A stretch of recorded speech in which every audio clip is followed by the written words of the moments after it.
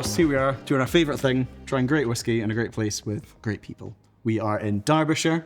We are at the White Peak Distillery, home of Wire Works, co-founded by Max Vaughan. Welcome. Thank you so much for having us. And a warehouse as well. Oh, that's great. It's just the best thing. We do have a pretty decent job at this point. I mean, yeah, what a joke. Some people have to work for their money and we're just mucking about. It's not bad. You've been here before and you've actually introduced me to the brand previously. It's my first time at the distillery, first time at any English distillery. And we've got a limited release in front of us. So one of 671 bottles. Tell us about this expression and tell us a wee bit about how we got here. How did we get here? Years ago, as a whiskey fan, I met someone that's starting their own distillery, and that kind of just sowed a seed about, maybe I could do that in kind of my homeland, which is Derbyshire. And then round about that time, there were just one or two English distilleries getting going. So the Lakes, the Cotswolds. And so it gave me probably a little bit of confidence that maybe it's not such a crazy idea. There's a few other people looking at it. You've got quite a rich history of brewing here as well. Yeah, exactly. Good water. You're right by a river here as well, right at the distillery. Yeah, and I sort of took lots of good advice from different people, and then you kind of got to work out what kind of fits for your plan. But one or two people were, their advice was, Max, you need to think carefully about what this industry will look like in 10 years' time. It's going to be very different. So, how are you going to find your space when you get there? To speak to your point, that's one of the reasons why we look very closely at mashing and fermentation and yeast and kind of that tying back to this centuries of beer making and brewing history that's in this region. And so we're in an old Wire Works factory. This is why the brand is Wire Works from the White Peak Distillery. Had you been eyeing up this location for a while? How did that come around? And obviously you've kind of really went for the tradition and you're kind of honouring that with the bottle and the name. The bottle's stunning and it's something that's eye-catching. How did that happen? How did you find when we kind of decided that we were going to try and get this going, I had some criteria for trying to find a distillery home. I wanted to be on a river, and that was just a kind of sense of romance. We wanted a building with a bit of personality, so there would be some backstory to what we're doing. And actually, the Wire Works is in a UNESCO World Heritage Site, and it has that designation because people have made stuff around here for 300 years. You're continuing that tradition. Well, exactly right. It's romantic. It's a good way to put it. Yeah, it's called the Derwent Valley, and it's a valley of makers. And so the Wire Works definitely, for us, just when we found there was some space going here, we just thought, well, this kind of leads into the kind of business that we want to build. And so you're producing English single malt whiskey. We have tried to unapologetic as well. It's big, it's full bodied. Something I've only become aware of recently is that obviously, as you say, there's lots of English single malt distilleries. They don't always put single malt English whiskey on the label. A lot of them just put single malt whiskey, and for almost shying away from the fact that we're actually from England. And I think it's a great sign of your transparency and your confidence. Is like, yes, we are in Derbyshire, and there's nothing wrong with that at all. Here's our whiskey. This is where it's made. This is what it's made from. This is how we make it. And I think there are more and more whiskey consumers and people interested in whiskey that they appreciate that transparency. And whether it's where the whiskey's been made or how it's been made and the casks that you used. I think all of those things. We're pretty much an open book. We've ended up becoming between Bevvy and the White Peak Distillery, we've become good friends from a distance in the industry. And so you've certainly tried almost a full range on the channel so far. You introduced me to the brand, and we've had some European oak style whiskies. This is a Madeira finished expression that we're trying, and so that would kind of tie into when we tried the Moscatel finish, and then also the double oak port, which we loved. So tell us a little about this. It's bourbon maturation finished in Madeira? Yes, exactly. So, certainly a big portion of the warehouse that we're standing in is in ex-bourbon or STR.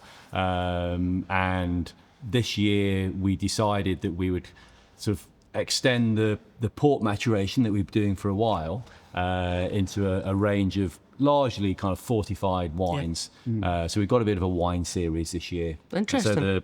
So the Madeira Finish is part of that wine series. And so I'm a big fan of Madeira. Don't know if you've drank much Madeira. Bizarrely, I've had a lot of rum that's been in Madeira casks. Okay. Which has been great. Yeah. And it adds a real nice sort of like syrupy note to it. Yeah. So yeah, very, very excited to So try this. island off of Portugal, but less intense and kind of sticky in comparison to port. Often has a little bit of acidity and bright freshness to it, although also adding a sweetness. Great colour straight away. Let's get this open. Let's have a little taste. Yeah, I'll do and the tell honours. us what's the strength of this one? So this is 53 point.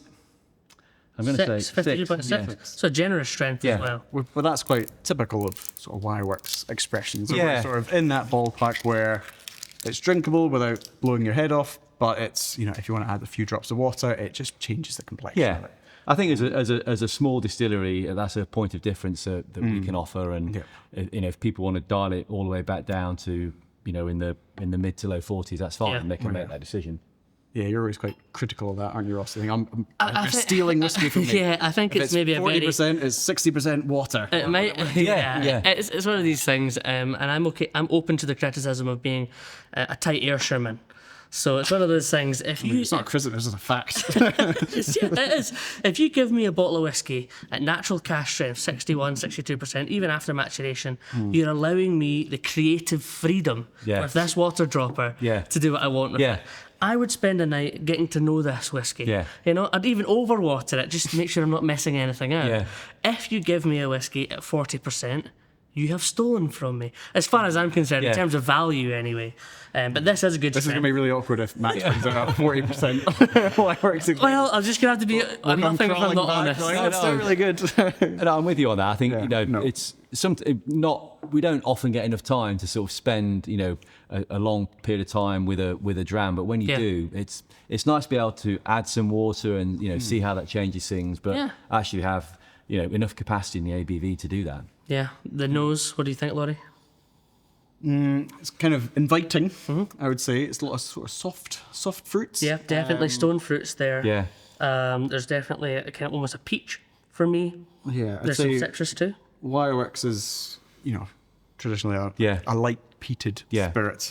Is there much coming through in the nose? Maybe a little hint? For me, very little. No, very little. I think it almost the kind of that dry kind of fortified wine environment. There's also a little bit of ashtray. Yeah. But, and you've got two sides to your spirit because you do that kind of lightly peated style, but you have such a long fermentation. You've got a very fruity spirit as well. And then you take a very early cut, as I understand, which also means that often on the nose, the peat doesn't present itself. Yeah. That's how I would describe it consistently throughout all of the distilleries that I know take a very early cut. That I'm expecting a little bit of that kind of traditional savoury peaty note on the back of the palate, but it almost teases you and invites you in, and before you hit that peat. Yeah, I think that's true. Let's have a wee taste, see what you think. I always want to say Madeira cake for a Madeira whiskey, which is such a thing. It's such an obvious note, isn't it? But yeah, quite full on the palate in a lovely way. Great texture again. A little bit of spice, pleasant spice, warming spice, ginger biscuits.